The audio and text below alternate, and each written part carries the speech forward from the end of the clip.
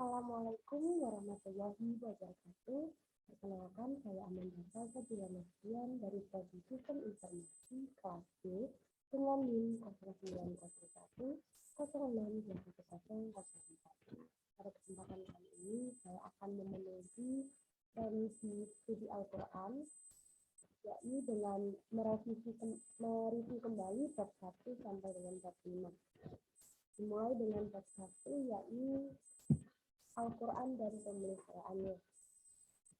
Yang pertama adalah pengertian Al-Quran. Menurut para ulama Al-Islami, Al-Quran adalah kata benda dari kata kerja yang berarti membaca atau bacaan. Lalu Al-Quran yang berwazan fulan bermakna maf'ul atau biasa disebut dengan makru, berarti yang dibaca. Menurut Al-Farra, Al-Quran adalah kata Al-Qoro'in jamak dari Qorinah yang berarti indikator atau petunjuk. Sedangkan menurut Al-Ash'ari, Al-Quran merupakan kata korona atau menggabungkan. Lalu menurut Az-Zajjaj, Al-Quran adalah kata Al-Qur'u atau yang biasa disebut dengan himpunan yang berarti telah menyempurnakan dari kitab-kitab terdahulu. Lalu lanjut pada rumusan definisi para ulama. Secara terminologi, terdapat dua pendapat ulama, yakni As-Sabuni dan Az-Zajjaj. Yang pertama, As-Sabuni. Rumusan definisinya adalah kalam Allah Subhanahu wa Ta'ala diturunkan kepada Nabi dan Rasul akhir melalui malaikat Jibril alaihissalam dan tertulis dalam mushaf sampai dengan mutawatir. Pembacanya merupakan ibadah. Lalu menurut Az-Zajjaj, kalam mengandung mukjizat diturunkan kepada Nabi Muhammad SAW, tertulis dalam mushaf, dinukil dengan cara mutawatir, dan membacanya merupakan ibadah. Gambaran-gambaran tentang karakteristik Al-Quran antara lain adalah mukjizat, kalam, mutawatir, dan Al-Fatihah, surat Al-Fatihah dan surat Ali. Sisi kandungan Al-Quran terdapat 5, yaitu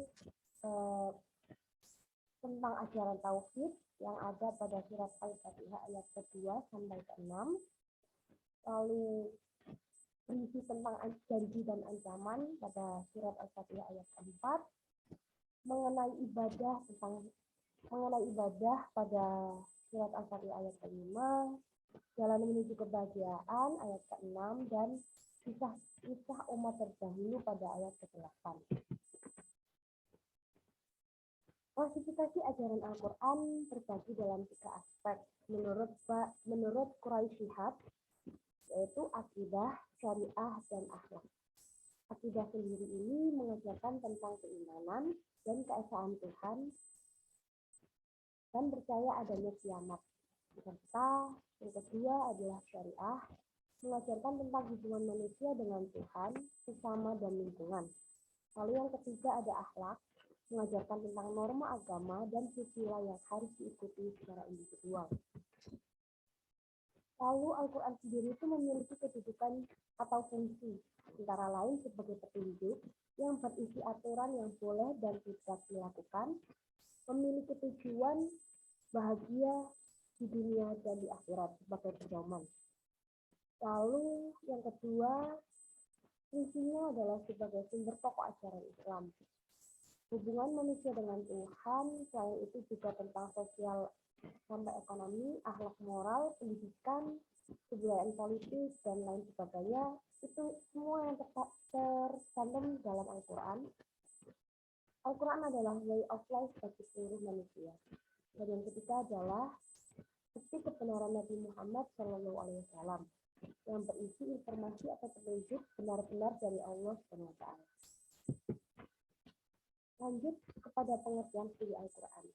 Dalam bahasa Arab, studi Al-Quran ini disebut juga sebagai ulum Al-Quran, yang berarti studi Al-Quran. Studi Al-Quran ini memiliki 2 kata, yaitu ulum dan Al-Quran. Ulum berarti jamak dari ilmu yaitu paham dan menguasai. Sedangkan Al-Quran adalah kalam atau firman Allah yang merupakan mukjizat. Diturunkan dari Nabi Muhammad SAW dan diterima oleh malaikat Jibril. Secara terminologi, Az-Zarqani dengan mana Al-Qattan telah merumuskan definisi ulum Al-Quran, yakni definisi sama-sama menunjukkan ulum Al-Quran sebagai kumpulan beberapa pembahasan yang ada hubungannya dengan Al-Quran, yaitu baik mafi Al-Quran maupun mahaula Al-Quran.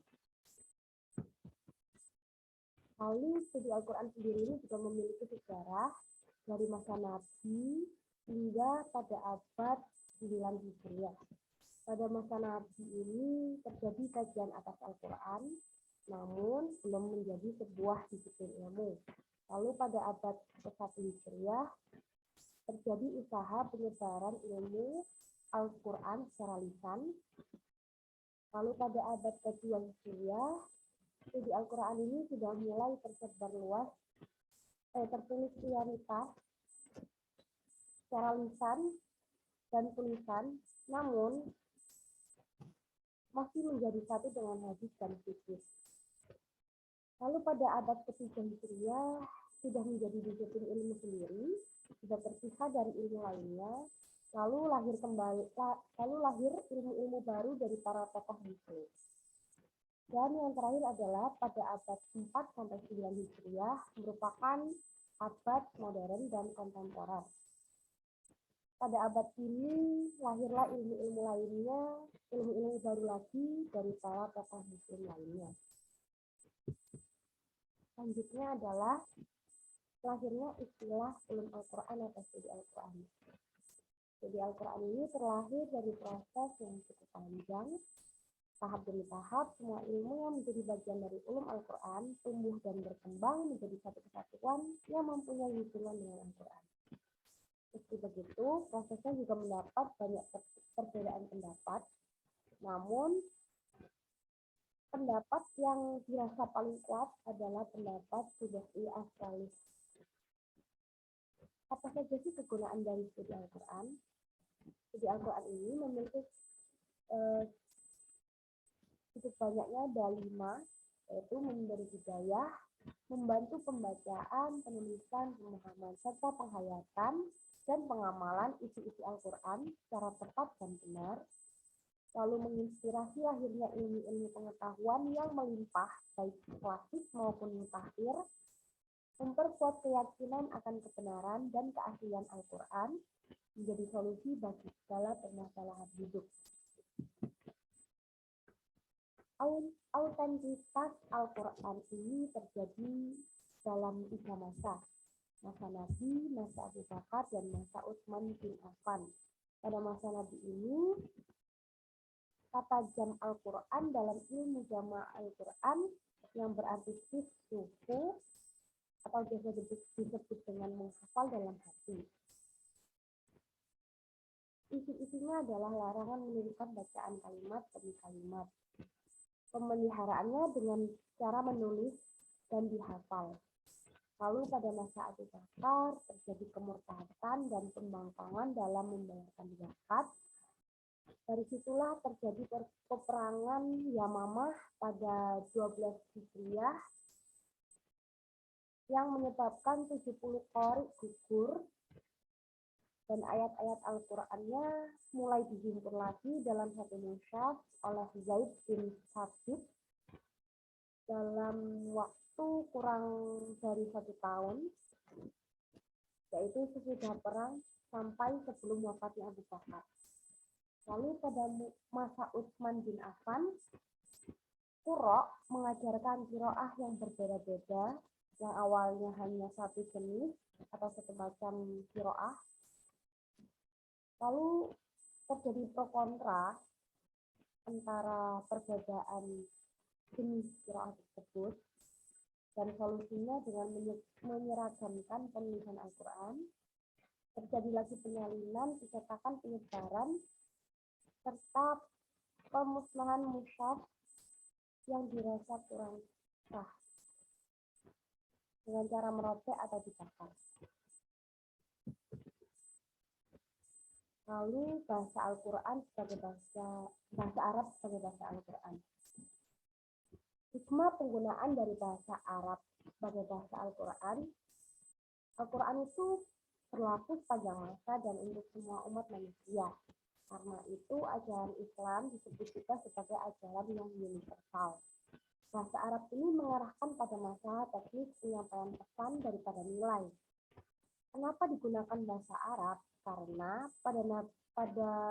Nabi Muhammad SAW adalah orang Arab dan kebanyakan yang dapat menghafalnya dulu itu adalah orang Arab. Mukjizat tidak dapat ditiru oleh manusia, bahasanya istimewa dibandingkan bahasa lainnya. Karena bahasa Arab merupakan bahasa tertua di dunia dan paling banyak mempunyai kosakata. Sekian sisi dari bab 1 dan kita lanjutkan pada bab 2. Oke, pada bab kedua ini topik kita adalah pewahyuan Al-Quran.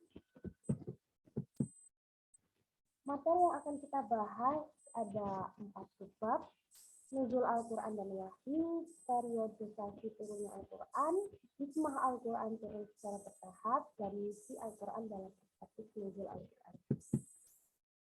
Yang pertama, nuzul Al-Quran. Nuzul Al-Quran merupakan proses penyampaian Al-Quran baik ke Lauhul Mahfuz, ke Baitul Aidah maupun kepada Rasulullah SAW.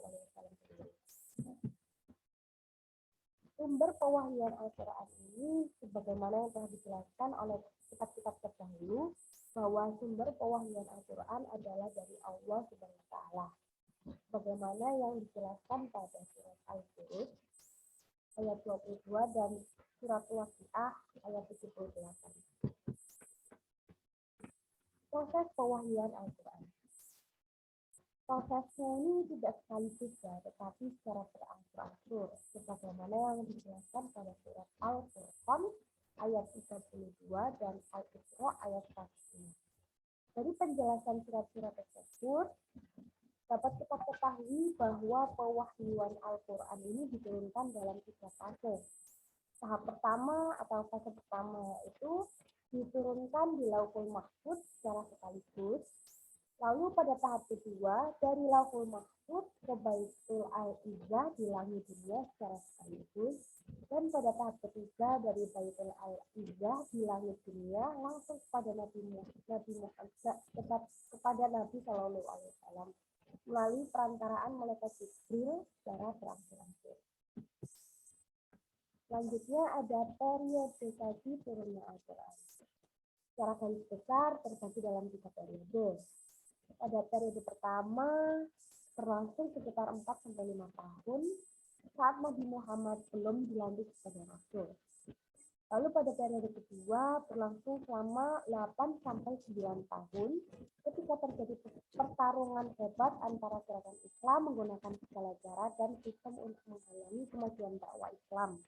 Sehingga kemudian Rasulullah Shallallahu Alaihi Wasallam melakukan hijrah ke Madinah. Lalu pada periode ketiga berlangsung selama 10 tahun lamanya, suatu periode ketika dakwah Al-Quran telah dapat mewujudkan suatu prestasi besar karena para penganutnya telah dapat hidup bebas melaksanakan ajaran agama di kota Yathrib atau Madinah. Lalu ada hikmah turunnya Al-Quran secara bertahap, yaitu ada 2 hikmahnya. Untuk mengukuhkan hati Nabi Muhammad SAW dan agar Nabi Muhammad itu dapat berinteraksi dengan kaumnya sesuai dengan situasi dan kondisi. Wahyu. Wahyu merupakan pengetahuan yang didapat dari pengetahuan yang didapat seseorang dari dalam dirinya sendiri dengan disertai keyakinan bahwa pengetahuan tersebut itu datangnya dari Allah Subhanahu wa taala, baik melalui perantara ataupun tidak. Wahyu ini diturunkan dengan tujuan pastinya ya. Yang pertama untuk memberi peringatan dan kabar gembira sesuai pada surat Yunus ayat 2. dan memberikan peringatan sebagaimana yang dijelaskan dalam surat Shad ayat 70 dan Al-An'am ayat 19.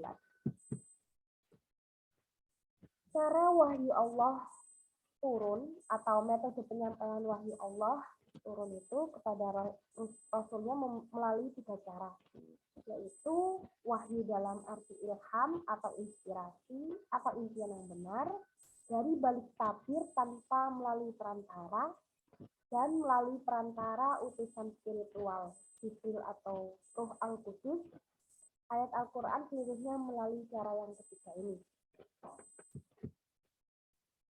Sekian review dari bab kedua. Mari kita lanjutkan pada bab ketiga dengan topik Al-Quran dan ilmu pengetahuan modern. Nah, pada bab ini kita akan membahas 3 subbab, yaitu kemukjizatan Quran, ilmu pengetahuan dalam perspektif Quran, bukti kandungan teori ilmu pengetahuan modern dalam Quran. Yang pertama, Al-Quran dan segi-segi kemukjizatannya. Al-Quran merupakan mukjizat terbesar yang dianugerahkan Allah kepada Nabi Muhammad SAW sebagai bukti atas kebenaran pengakuan kenabian dan kerasulannya. Kemukjizatan Al-Quran nampak pada tantangan Allah terhadap orang-orang Arab untuk membuat semisal Al-Quran, namun mereka tidak bisa membuatnya, padahal mereka itu orang-orang asli Arab yang mempunyai keahlian dalam menyusun kalimat yang indah dalam bahasa Arab. Kemukjizatan Al-Quran bukan semata-mata untuk melemahkan manusia atau menyadarkan mereka atas kelemahannya untuk mendatangkan semisal Al-Quran. Akan tetapi tujuan yang sebenarnya adalah untuk menjelaskan kebenaran Al-Quran dan Rasul yang membawanya.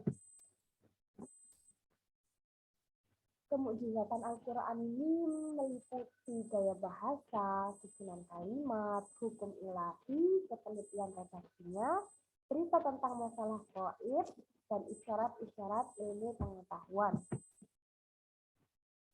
Ilmu pengetahuan dan perspektif Al-Quran.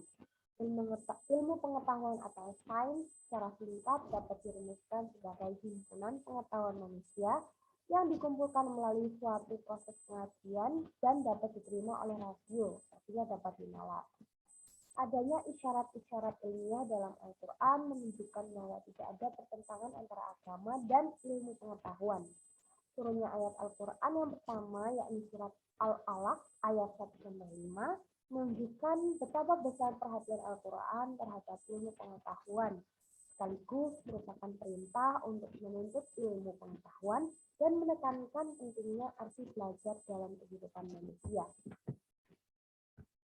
Lalu ada ilmu pengetahuan dan perspektif Al-Quran. Transformasi pengetahuan dalam pandangan Al-Quran dapat diperoleh dengan berbagai macam cara, antara lain melalui pendengaran dan penglihatan yang menghasilkan ilmu pengetahuan yang bersifat observasional, eksperimental, sesuai pada surat Al-Ma'idah ayat 31. Yang kedua, melalui akal yang biasanya menghasilkan ilmu pengetahuan yang bersifat transendental filosofis.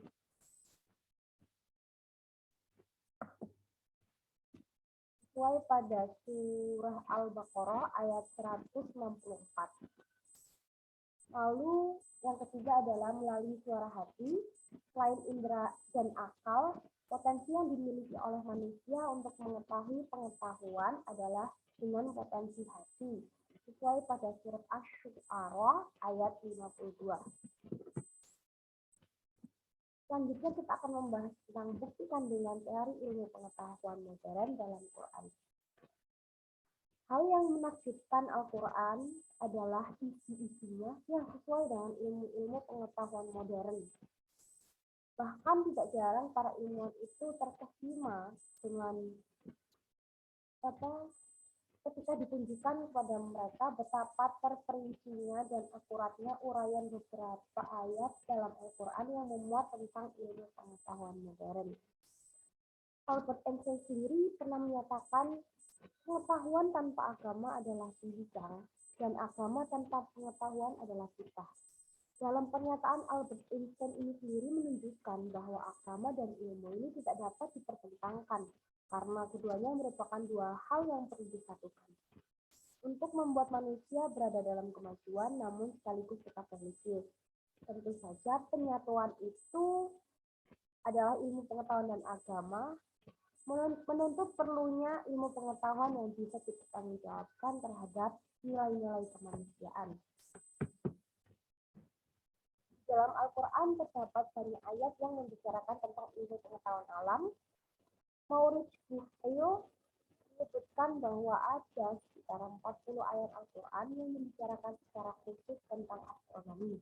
Terdapat beberapa fenomena astronomi yang dijelaskan dalam Al-Quran yang secara implisit baru dipahami oleh masyarakat luas beberapa puluh tahun belakangan ini, dan itu jauh setelah Al-Quran diturunkan.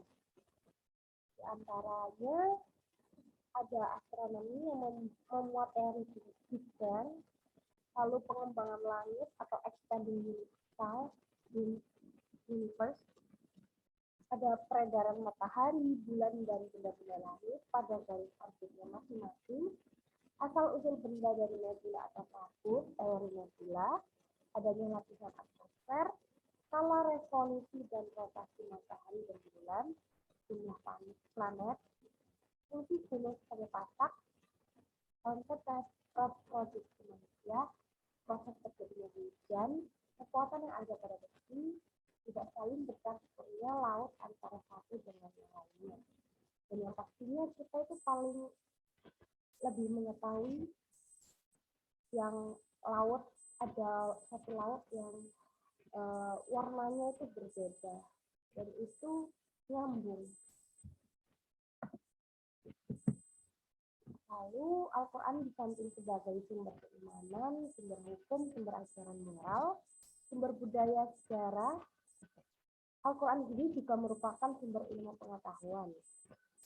Untuk memperolehnya, kita mengharuskan seseorang untuk mengkaji dan memahami Al-Quran tidak hanya terbatas pada makna tekstualnya, tetapi harus melibatkan berbagai potensi ilmu Al-Quran sejak masa turunnya hingga saat ini secara komprehensif.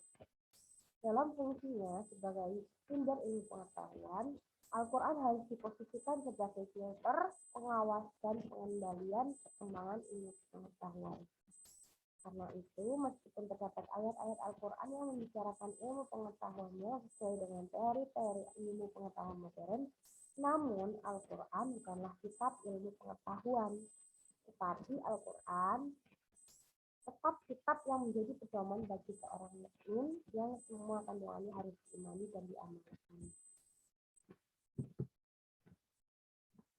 Selesailah kita mereview bab ketiga, mari kita lanjutkan pada bab keempat. Pada bab keempat ini kita akan membahas status Makkiyah dan Madinah. Makkiyah dan Madinah sendiri memiliki pengertian ayat-ayat yang turun sebelum Nabi hijrah, itu adalah pengertian Makkiyah, dan ayat-ayat yang turunnya di Makkah dan sekitarnya meskipun setelah hijrahnya Nabi. Itu juga pengertian Makkiyah. Sedangkan Madaniyah adalah ayat-ayat yang turun setelah hijrah dan ayat-ayat yang turun di Madinah.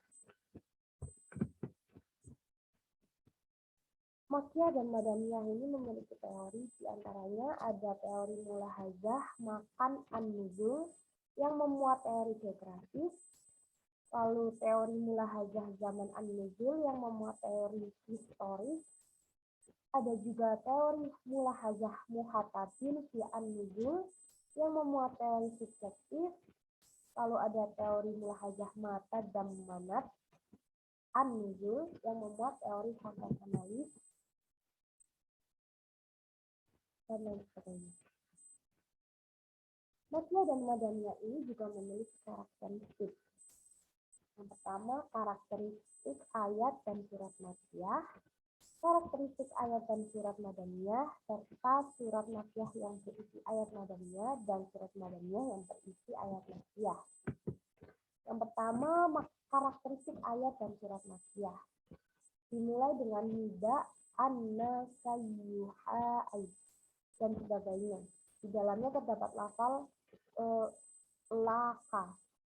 dalamnya terdapat ayat-ayat sajdah.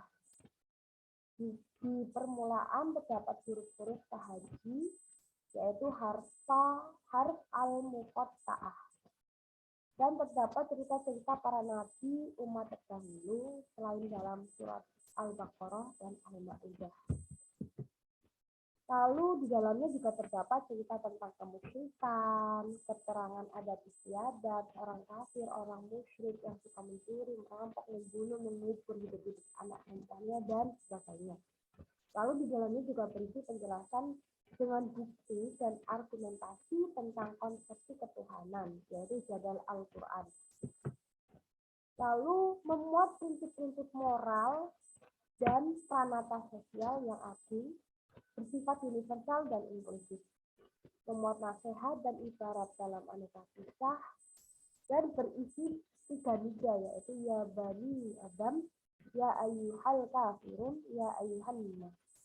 Kebanyakan ayat dan surahnya itu pendek karena menggunakan bentuk ijaz yang ringkas tetapi padat maknanya. Yang kedua, surat Makkiyah yang berisi ayat Madaniyah. Surah yang memuat ayat-ayat yang kebanyakan berstatus Makkiyah, tapi di dalamnya juga memuat ayat-ayat Madaniyah, atau ada perbedaan tentang status tersebut. Surah yang berstatus Makkiyah yang tidak murni ini sudah dinyatakan dalam Al-Quran itu berjumlah 32 surah yang memuat 2699 ayat. Lalu yang ketiga ada karakteristik ayat dan surat Madinah.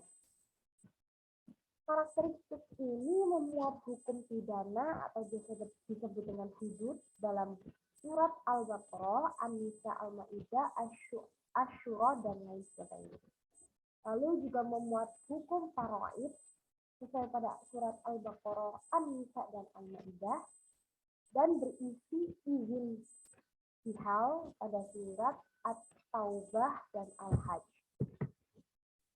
Lalu berisi keterangan tentang karakter orang-orang munafik dalam surat An-Nisa kecuali pada surat Al-Ankabut. Lalu berisi hukum ibadah, berisi hukum muamalah seperti jual beli, sewa menyewa, gadai, utang piutang, dan sebagainya. Berisi hukum munakahat baik mengenai nikah cerai, rujuk, hadana, dan sebagainya.